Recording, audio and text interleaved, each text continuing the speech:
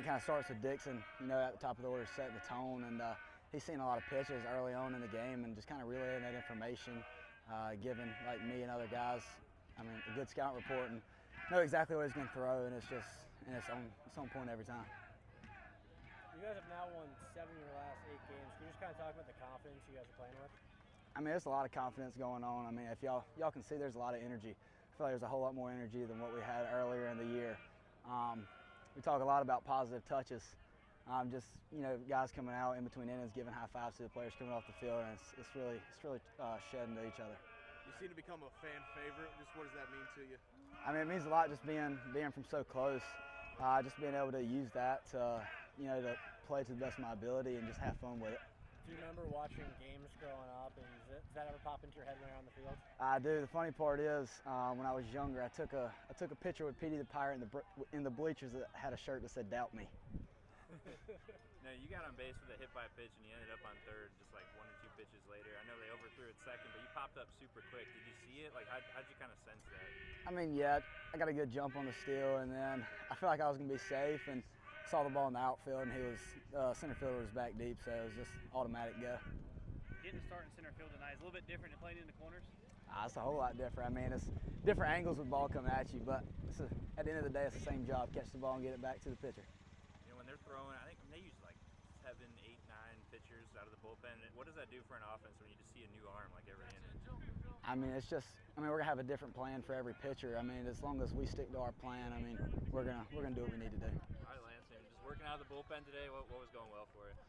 Just mainly finding the zone. I feel like I've kind of struggled a little bit finding the zone here recently, but I got in the groove and just pounded the zone with my fastball and my cutter, and things went very well. Lance, that's back-to-back days. You worked out of 2 really big jams. What's your heart rate like up there in that kind of situation? I'm actually really calm.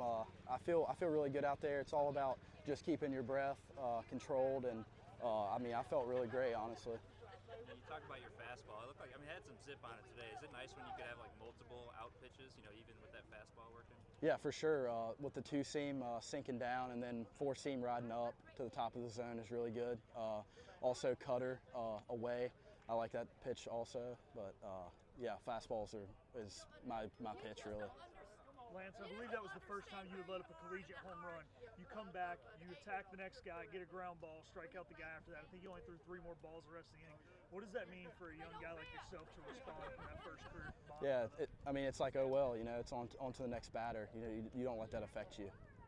All right, Coach, y'all just put pressure on him throughout the game. Just getting 2 midweek wins here. Yeah, big.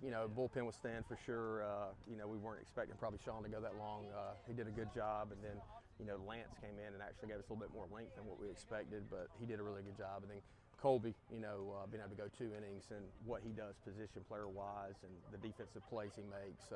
It's a windy day, and he hung a breaking ball and got 1 swing off, and then 1 was crushed to right field. But he's the guy we want to have there at the end of the game when those other guys aren't available. For Sean, what had he shown you in past outings to go with him at the start today? Well, he's been doing some length. I guess it was against Memphis. He went 6 innings. I had the bullpen when we opened up D-Lo, and last week he went a couple innings at Rice. He's just continued to be able to get to his mechanics better. He's been working with Coach Knight on that, and he's been able to land his slider a lot better.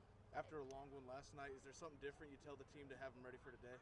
Well, that was the challenge. I didn't think we were quite as mentally alert as we've been the past 2 games, but we did enough to win, and we're just going to take it and practice a little bit tomorrow, lift weights, and get ready for a really good FAU team. Coach, Lance has worked out of 2 really big spots in back-to-back days. Just how impressive has it been for him to come out of the bullpen in that kind of spot? Well, he's a very competitive individual, and that's the thing I love about Lance, and his best days are definitely in front of him. But, last night he bases loaded facing Thatch. That's one of the best hitters in the country, and he went right at him and was able to get him to pop up. What do you like about Braden Burress? His on-base percentage is over 500. He's always on base, taking that, first and third. I guess what do you just like about how he plays? Braden is super competitive. He's got a really short swing. He can bunt. He can run. He understands the game at a very high level. His dad, who I played high school baseball with, has taught him the game at a very high level. Turner Brown, who was the head coach at Whiteville, who played for us for a long time last year when they played Green Central in the Eastern Finals, said that, basically Braden coached the team. That's no offense to the coaches at Green Central, but like he just ran the show and, would call pitchers meetings out to the mound, and he would talk to everybody and tell them what's going on. So he has a very high IQ of baseball, which this day and age doesn't always happen. So it's a pleasure to coach him. Braden told us that confidence-wise, this feels like a totally different team than the beginning of the year. What do you kind of attribute that to?